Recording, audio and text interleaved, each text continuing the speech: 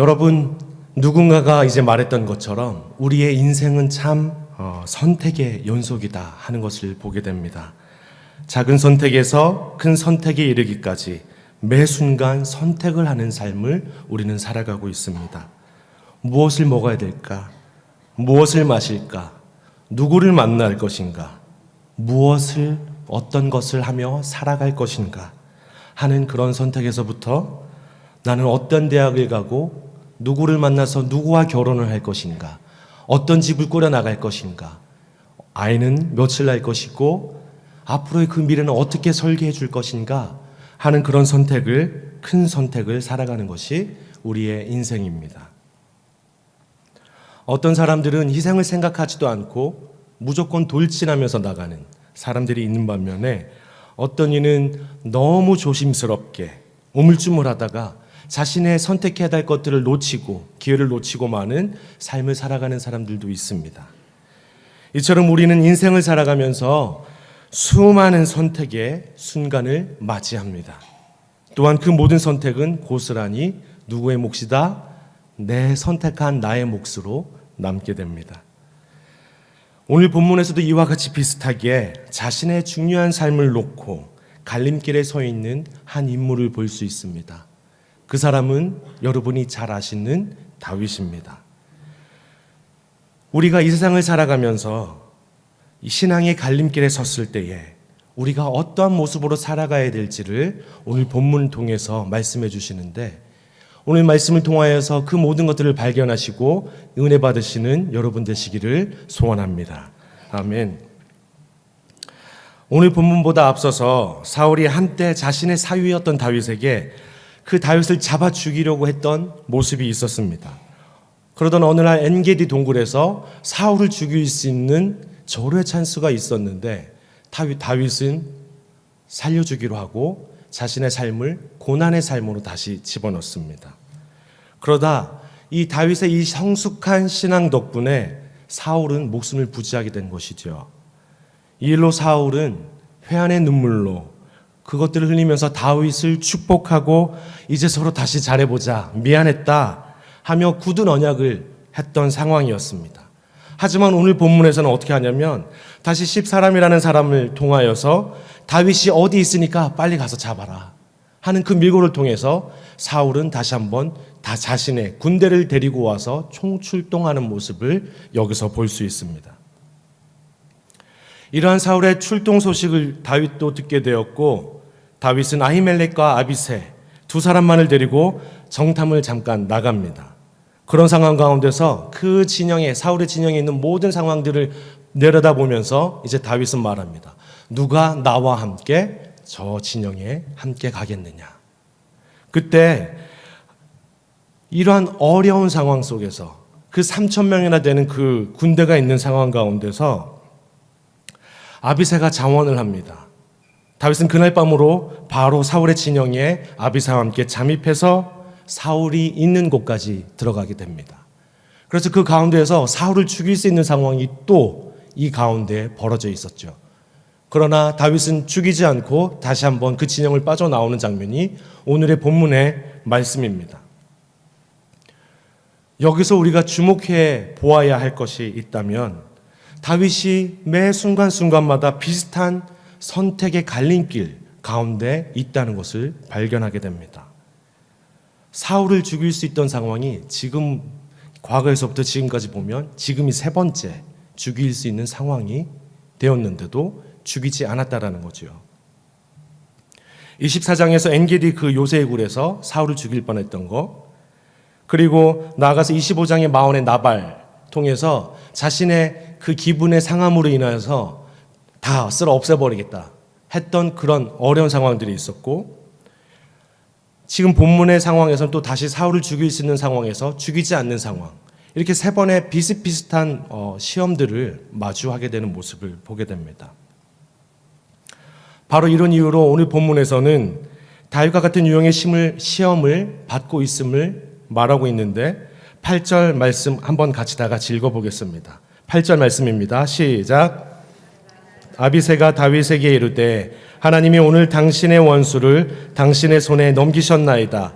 그러므로 청하오니 내가 창으로 그를 찔러서 단번에 땅에 꽂게 하소서. 내가 그를 두 번 찌를 것이 없으리이다 하니 아멘. 여기에 말씀을 살펴보니까 아비새가 다윗에게 이렇게 독촉합니다. 다윗이요, 가서 이제 바로 죽입시다. 사울을 죽입시다. 하나님이 오늘 지금 당신의 손에 붙였습니다. 이런 하나님을 언급하면서 죽입시다. 괜찮습니다. 여러 번의 상황이 있었던 것들을 봤을 때 지금 또 다시 한 번의 기회가 왔습니다. 죽입시다. 그러면서 더 나아가면서 무슨 말 하냐면 요즘 말로 이렇게 말하는 거죠. 총 한 방이면 끝납니다. 두 방 필요 없습니다. 단 한 방으로 그를 죽여버릴 수 있습니다. 창으로 한 번 찌르면 그 사울의 목숨을 앗아갈 수 있습니다. 말씀만 하십시오. 내가 단번에 끝내겠습니다, 형님. 이런 상황입니다. 이때 다윗은 사무엘을 통해 이스라엘의 왕으로 이미 기름을 부음받은 상태였습니다. 그 말씀이 입각한 결정적 장애물인 사울이 제거할 수 있는 상황이 닥쳤을 때에 제거해도 누가 뭐라고 할 수 없는 그런 상황이었습니다. 모든 것이 나에게 유리하게 돌아가고 있었고 모든 상황들이 나의 편인 것처럼 보여지는 그 상황 가운데서 사울을 죽이는 것이 정말 하나님의 뜻이구나 라고 판단할 수 있었던 시간이었습니다.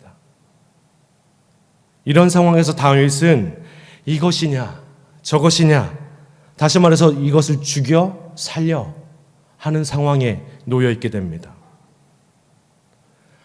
누누이 말씀드렸던 것처럼 지난 과거에는 사울을 죽일 수 있는 상황이 여러 번 있었음에도 죽이지 않았다고 아까 말씀드렸습니다. 그 상황들을 포기했었습니다. 그로 인하여 많은 시간을 도피하면서 생활했어야 됐고 도망치며 생활하는 상황 가운데서 여러 가지 닥쳤던 어려움은 생각만 해도 끔찍하게 여겨질 정도였습니다. 그런 고난을 당했던 다윗이 지금 사울을 죽였다고 한다고 했을 때에 누가 뭐라고 할 수 있겠습니까? 더구나 적으로서 만난 상황에서 얼마든지 그냥 죽여도 아무런 비난을 받지 않는 상황이었을 것입니다. 그래서 이 다윗이 결정하기에는 너무나 쉬운 결정 아니었을까요? 그냥 죽여버리면 이 모든 전쟁의 상황은 끝나고 나를 따르던 모든 백성들은 편안한 생활로 돌아가게 된다. 그렇게 생각할 수 있었을 것입니다. 하나는 창으로, 힘으로 해결할 수 있는 빠른 길, 또 다른 하나는 다시 한번 끝도 모를 도피 생활로 이어질, 고난의 생활로 이어질 참으로 멀고 고통스러운 길. 더군다나 누가 보기에도 빠르고 쉬운 길이 하나님 뜻에 부합돼 보이는 참으로 쉬운 결정인 것 같은 이 상황에서 다윗은 무엇을 해야 할지 그 갈림길에 서 있게 됩니다. 죽일 것이냐, 살릴 것이냐, 쉬운 길, 어려운 길, 넓은 길, 좁은 길, 여러 가지 길들이 결정만 하면 되는 상황에 있습니다. 여러분이라면 이때에 어떠한 선택을 하시겠습니까? 쉬운 길이겠지요. 저 같아도 쉬운 길이에요. 죽이면 모든 생활이 끝나고 이제 왕으로 등극할 수 있는 시간, 명예로운 시간, 영광스러운 시간, 무엇보다 환경까지 그렇게 움직여주는데 당연하게 쉬워 보이는 그 길로 선택할 것 같습니다. 이러한 선택 가운데 여러분은 혹 다른 해결책을 가질 수 있겠습니까? 다른 생각을 하실 수 있겠습니까? 어떻게 해야 할까? 어느 길이 하나님께서 기뻐하시는 길인가? 이제 다윗은 결정하게 됩니다. 다윗 다 같이 9절에서 12절 말씀 같이 읽어보겠습니다. 9절에서 12절 말씀입니다. 네, 시작.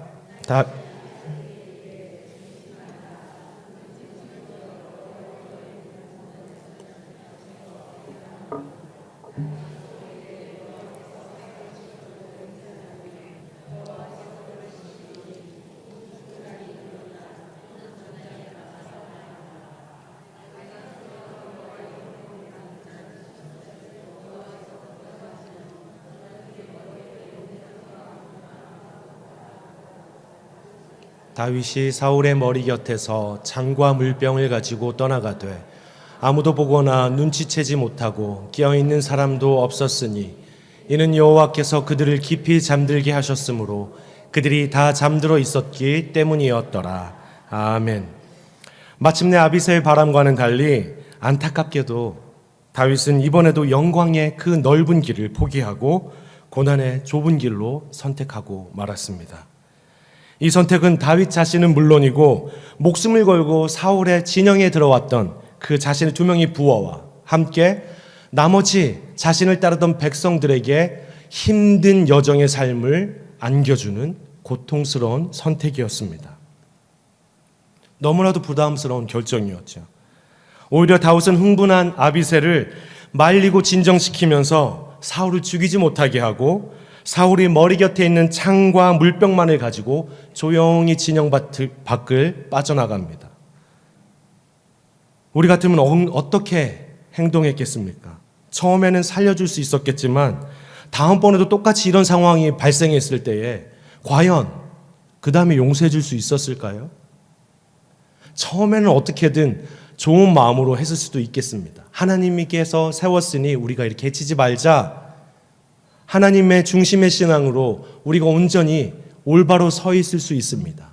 그러나 다음번에 똑같은 문제를 대면했을 때 여전히 그 상대는 나를 향해서 나쁘다 말하고 나를 죽이려고 하는 상황 가운데서 나의 선택은 어떻겠습니까? 여전히 그럼에도 불구하고 살려줄 수 있겠습니까? 나는 도저히 그러지 못할 것 같아요. 내가 이만큼 참았으면 됐지. 어떻게 더 참아? 왜 나만 이렇게 억울하게 당해야 돼? 이제 너도 한번 당해봐. 이젠 네가 죽을 차례야. 이런 마음 품을 수 있지 않겠습니까? 이게 하나님의 뜻이 맞다라고 확신에 찬 그런 모습을 가질 수 있지 않겠습니까? 오늘 말씀은 자신에게 무언가 환경적으로 열리면 이게 하나님의 뜻이다. 무조건적으로 맹신하는 우리의 모습을 발견하게 합니다. 이게 하나님의 뜻이고 은혜라고 생각하는 경향이 우리들에게 있음을 깨닫게 하십니다. 내 마음대로 내 뜻대로 신앙, 내 위주로 해석하는 신앙의 모습이 그렇습니다. 내 입맛에 맞으면 은혜이고 맞지 않으면 아니다 라는 1차원적 사고에서 다윗은 완전히 자유했습니다. 성숙한 신앙이란 게 바로 이런 것이 아닐까요? 내가 먼저 빨리 가기 위해서 본질을 무시하고 상황 따라 이렇게 행동하고 저렇게도 말하는 삶, 그런 삶을 살고 있지 않다는 것이 성숙한 신앙이라고 말할 수 있겠습니다. 그렇기에 다윗은 지금 몹시도 견디기 힘든 고난의 길을 자초하고 있습니다. 10절 말씀에서 여호와께서 살아계심을 두고 여호와께서 그를 사울을 치시리니 라고 말하고 있습니다. 더 나아가서 11절에 보면 여호와께서 금하신다, 여호와께서 기름 부은 자를 내가 어떻게 치냐 하는 그 이전에 말했던 것과 똑같은 원칙을 세우고 나가는 모습을 볼 수 있습니다. 이렇게 다윗은 오직 하나님 중심, 하나님만 생각하며 판단하고 행동하는 일관성을 계속적으로 유지하고 있음을 보게 됩니다. 그렇게 다윗은 이런 확신 가운데서 삼엄한 경계망을 뚫고 침투에 들어간 그 사울의 진영에서 정말로 싱겁게도 그냥 나옵니다. 그냥 물병만 들고 물러날 수 있었습니다. 다윗은 상황이 아무리 자기에게 유리해도 하나님 뜻에 맞지 않는 부분이 드러나자 그것은 하나님의 뜻이 결코 아니라는 확신을 가지고 또다시 좁은 길, 그 길을 하나님을 위한 미련하고 바보 같은 길을 선택합니다. 12절 말씀 다 같이 다시 한번 읽어보겠습니다. 시작. 다윗이 사울의 머리 곁에서 창과 물병을 가지고 떠나가되 깨든지 이를 보든지 알든지 하는 사람이 없었으니 이는 여호와께서 그들로 깊이 잠들게 하셨으므로 그들이 다 잠이었더라. 앞에 다윗의 사울을 살리는 그 결정에 하나님은 사울과 그의 군대 모두를 이 잠에 취하게 만드십니다. 이게 무엇을 의미하고 있는 것일까요? 저는 이것을 하나님께서는 다윗을 보호하셨다라고 믿습니다. 왜냐하면 만약 이때 누가 한 명이라도 일어나면 그 3,000명의 군사들이 우르르 몰려와서 다윗을 죽이게 되는 상황이 돼요. 근데 굳이 왜 모두 잤다라고 표현하고 있을까? 하나님께서 다윗의 그 결정을 존중해주고 잘했다 칭찬해 하시고 흡족해 하시고 잠을 자게 하심으로 다윗을 보호하셨다라는 사실이죠.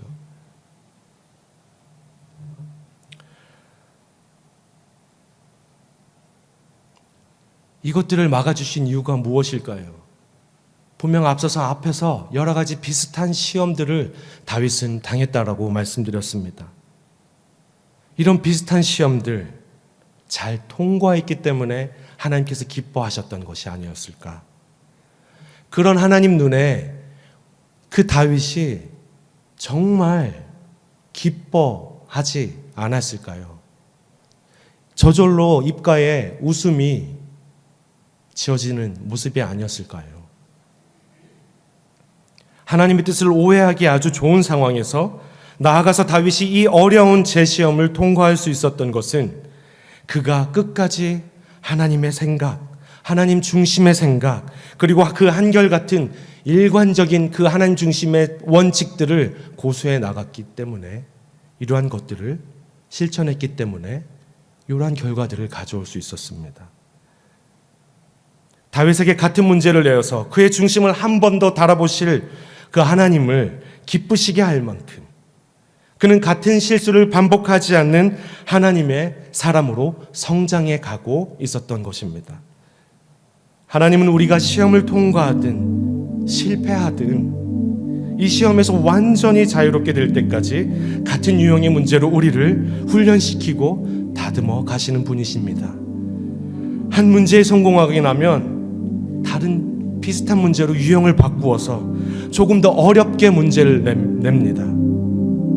그러기에 정답이 아닌 것이 훨씬 더 매력적으로 느껴지는 정말 곤혹스러운 갈림길이 자주 우리의 인생길에서 나타나게 됩니다. 이것일까? 저것일까? 이렇게 해야 될까? 저렇게 해야 될까? 도대체 어떤 것이 하나님의 뜻인지 정말로 불분명할 때에 어떻게 최선의 선택을 할 수 있을까요? 그 방법은 미련하게도 가르쳐주고 계신 게 하나 있습니다. 바로 좁은 길, 고난의 길을 선택하는 것입니다. 그러면 하나님의 뜻을 잘못 짚는 일이 거의 없게 됩니다. 설령 하나님의 뜻을 잘못 짚었다 하더라도 하나님의 말씀에 순종하기 위해서 고난을 각오하고 믿음으로 좁은 길을 택한 자녀들을 하나님께서 반드시 도우셔서 합력하여 선을 이룰 수 있도록 우리를 인도하시는 분인 줄 믿습니다. 예수님의 이 말씀처럼 좁은 문으로 들어가는 일은 정말 매력도 없고 힘들고 그래서 그 길이 고독한 것이 사실입니다. 아무리 그 좁은 문으로 들어가고자 해도 원한다고 해서 아무나 들어갈 수 없는 문이 좁은 문입니다. 넓은 길 걷기를 좋아하고 그 길을 남보다 빨리 걷는 것을 개인의 능력인 마냥 치부하는 이 무서운 세상에서 좁은 길, 좁은 문을 통과하는 것은 어찌 보면 스스로 고립을 자초하는 길이 될 것이기 때문에 이 길을 택하여 걷는 일은 이론처럼 그렇게 쉽지만은 않습니다. 다시 말하면 성령의 강권적인 인도하심이 없이는 결코 그 한순간도 걸어갈 수 없는 것이 우리의 신앙의 길입니다. 우리가 그 고우의 그림을, 멋진 그 미술가의 고우의 그림을 아무리 따라 그린다고 해도 똑같이 그릴 수 없습니다. 어떻게 해야 그 똑같이 100% 똑같이 그릴 수 있을까? 그것은 고우의 영이 나에게 임하면, 나에게 씌우면 고우처럼 똑같이 100% 그릴 수 있어요. 이걸 바꾸어 말해볼까요? 내가 어떻게 하나님의 사람으로 온전히 살아갈 수 있을까? 내가 어떻게 온전히 하나님의 그 신앙의 갈림길 가운데서 하나님께서 원하시는 길을 선택할 수 있을까? 성령님의 영이 나에게 임하시면 100% 내가 하나님의 그 일들을 같이 동행하며 살아갈 수 있다라는 것입니다.